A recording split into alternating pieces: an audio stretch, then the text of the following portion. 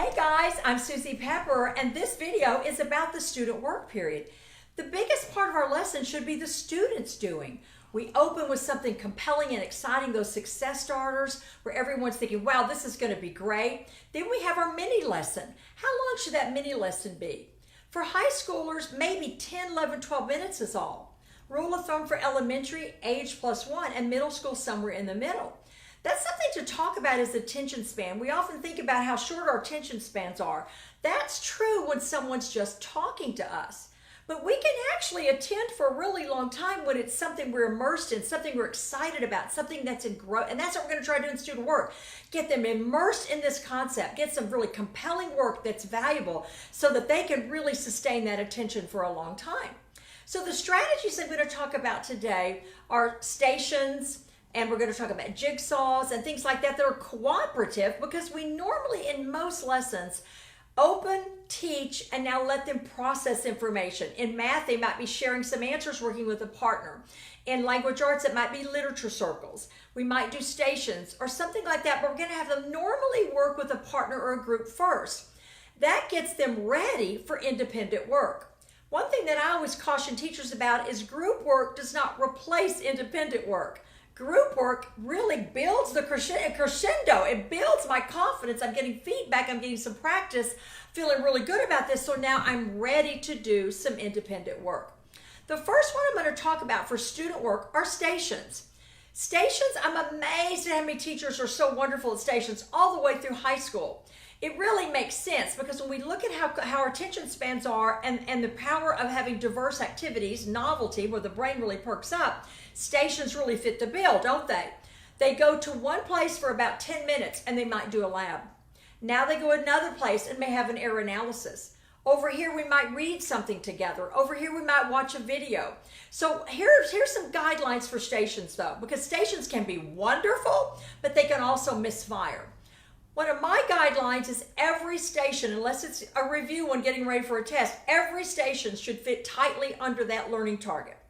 What we want them to have are multiple exposures in this learning target, so by the time they've done 3 or 4 or 5 stations, they're like, wow, I've really got equivalent fractions. Because we rolled a cube over here with some problems, we did a factor fib over here, we did some manipulatives over here, we did some practice problems over here. By the time I got through with those stations on equivalent fractions, I'm like, wow, I've really got this. For example, on my stations that I do with the branches of government, I have a sort for all the 3 different branches. Then I have error analysis. And then we have a factor fib. Then we have a card game we play. And by the time they hear about branches of government and participate on all those 4 stations, it's like, wow, I really understand the branches of government now. And I'm ready to do something on my own with branches of government. So what are some things we can do in stations? I mentioned some. You can do vocabulary sorts. You can have short videos. You can do a write around, which means I make a comment, pass it over, they comment on mine, we pass it over. I like to use cubes for stations. This would be in social studies. I've got Aztec, Inca, Maya on them.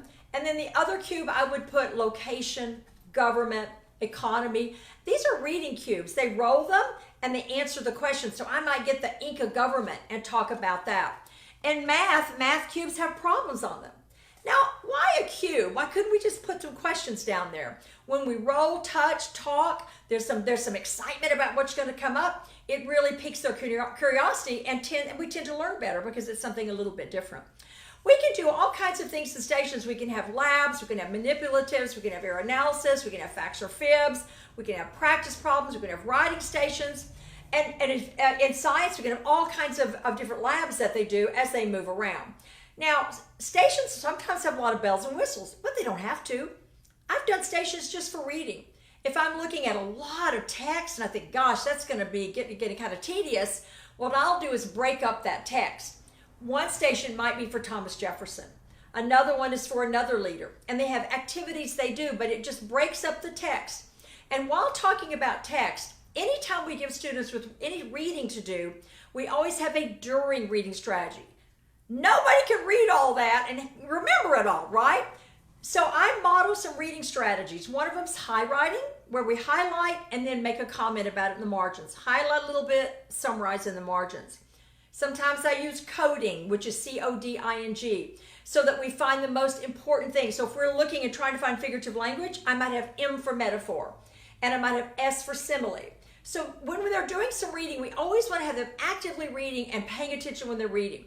Now, what are some things to watch out for with stations? One of the biggest decisions we make is, are we going to have a teacher station for them to come through? Now, what's the pro side of that? Well, I'm going to have the luxury of having 4 students at one time, and that's wonderful. I can work with students on individual things. I can read their writing. I can work with them on their math. It's wonderful. What's the flip side? What's everybody else doing, right? It's hard for me to give feedback to everybody else when I'm locked into this station. I'm not saying we don't do that. We just make careful decisions. So if I have a teacher station, it's important that I have feedback protocols in these other stations. What do I mean by that? A simple one is an answer key.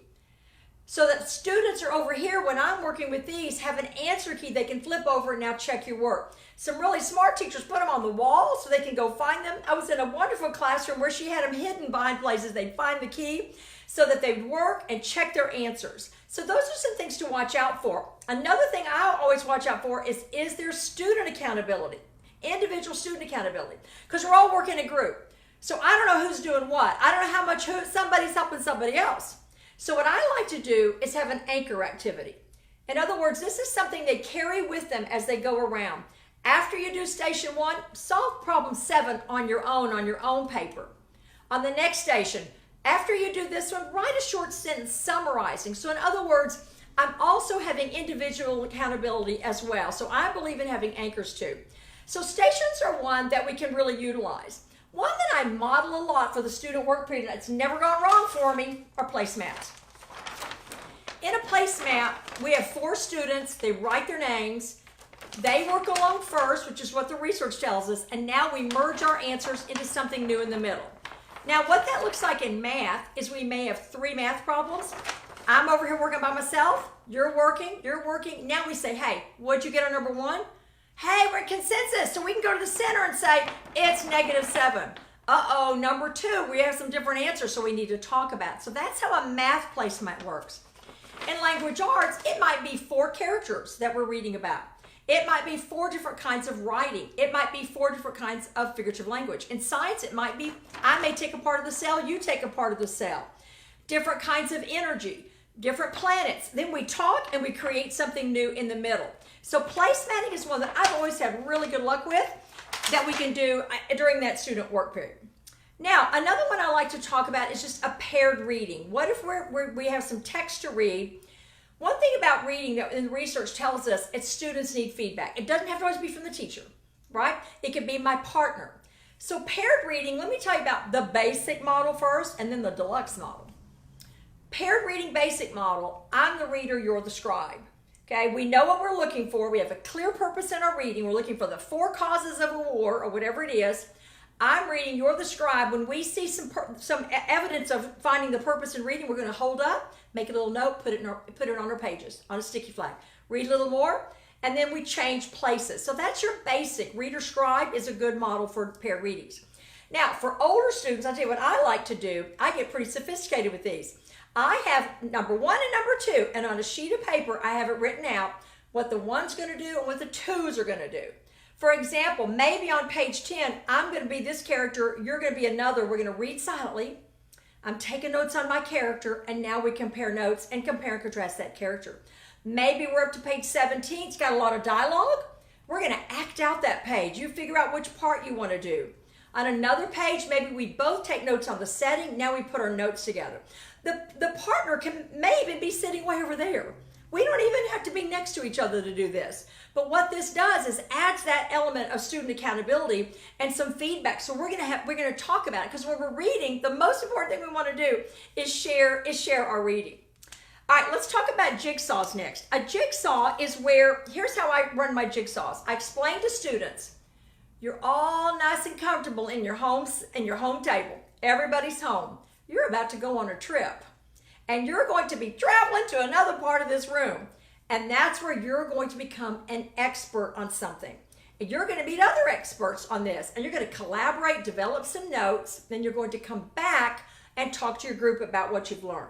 So let's say it's the respiratory system, and we have 4 students in a group. One might take the trachea. One might take the nasal passage. One might take the lungs and so forth. They go off into the corners and I've got them labeled and they go become experts on the trachea. They draw pictures, they take bullet notes, and now they come back and they teach the trachea. Then the next student goes and talks about the lungs. So I usually use a flip chart or something that they use to take their notes. Whatever you want to use on that is great, so there's some accountability. But at the end of that note-taking teaching part, the students have all four parts of the respiratory system or all four parts of whatever you're doing. Now then, this is what I'm talking about with the individual accountability. After that jigsaw though, on your own, you're going to be what? Drawing a flow chart or something of the respiratory system. So you also have that individual accountability. So during the student work period, we could do stations, we could do placemats, we could do jigsaws, we could do paired readings, all kinds of strategies we could do there. Most of these can be adapted for home, believe it or not, even stations. Do they have all the bells and whistles? Maybe not, but what we could do is have 4 stations, you pick 3. So if you're teaching virtually, you can still sort of mimic those stations, so there's some diversity and some things to do. All right, now let's talk about some wonderful things to do when they're working on their own. I love menus. I love menus. So I'm going to show you some menus. There are all kinds of these, and I've done a bunch of them, but I'm going to show you the ones that work the best for me. And I know you cannot read the text, and that's okay. What I want you to look at is the structure. This would be for older students, since that's quite a bit. This is called a block menu for a reason. Got the blocks, right? So I have categories here. This one's on the branches of government. Who represents you? Checks and balances, things like this. When you go across, there are choices. Choice A, choice B, choice C. I like students to actually circle or mark which one I'm going to do. And then when they go to this one, choice A, choice B, choice C. Over here, I like to put points. So this would actually be graded. And some feedback. Now they can tell that some are more heavily weighted than others. One might be 20 points, one might be 35 points. This would be over about a 2-day period for work. So what I love about it, if I'm teaching face-to-face, is I can grade these and look at these as we go and have wonderful conversations with my kids. Because they can start anywhere they want. And they can come over and talk to me and I can give them some feedback and say, you know what, that's probably 19 points, but if you do this and this, I bet you can get it to 25. So they also have opportunities to improve their work. So that's a block. Now for younger students, you're just not going to have as much. You might have 2 things over here and 3 choices. So what do my choices look like? One's create a public service announcement. One's create a children's picture book. One's to make a foldable. One's to create a short video. So they can show their work in any way they want that's on this page. Now, that's the power of choice, which is a big motivator.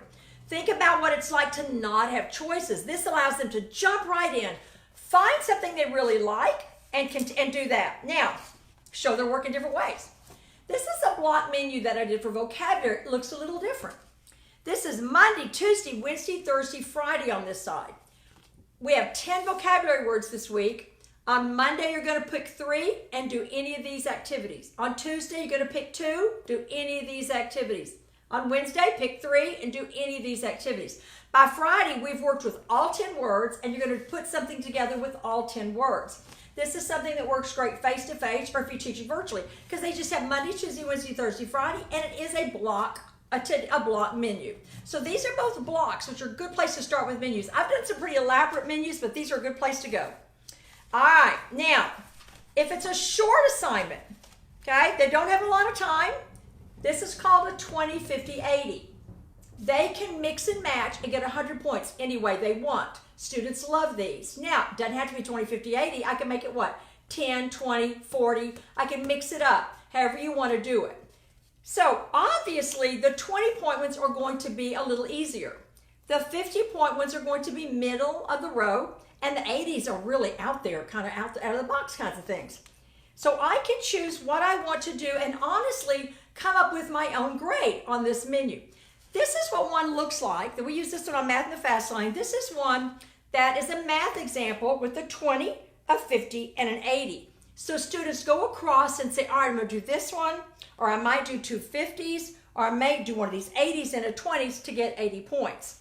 Menus work so well with students because it puts them in the driver's seat, right, to choose what they want to work on, and how they want to show their work today. Oh my gosh, I'm so glad you joined me for this video. This is about student work. This is where we let go very deliberately and tactically and say, all right, how much do I need to show you? When can I let go? Let them take charge. Now, what's my role as a teacher then? I'm away from the front now, and I am out in the middle with my students. I'm sitting down in groups. I'm working at a station. I might be having a teacher station, and we're all in this together, and I can see your work, because remember that feedback starts with their visible work. Thank you so much for joining me. If you ever try to track me down and want more information, all you got to do is go to SusiePepperRollins.com. Thank you.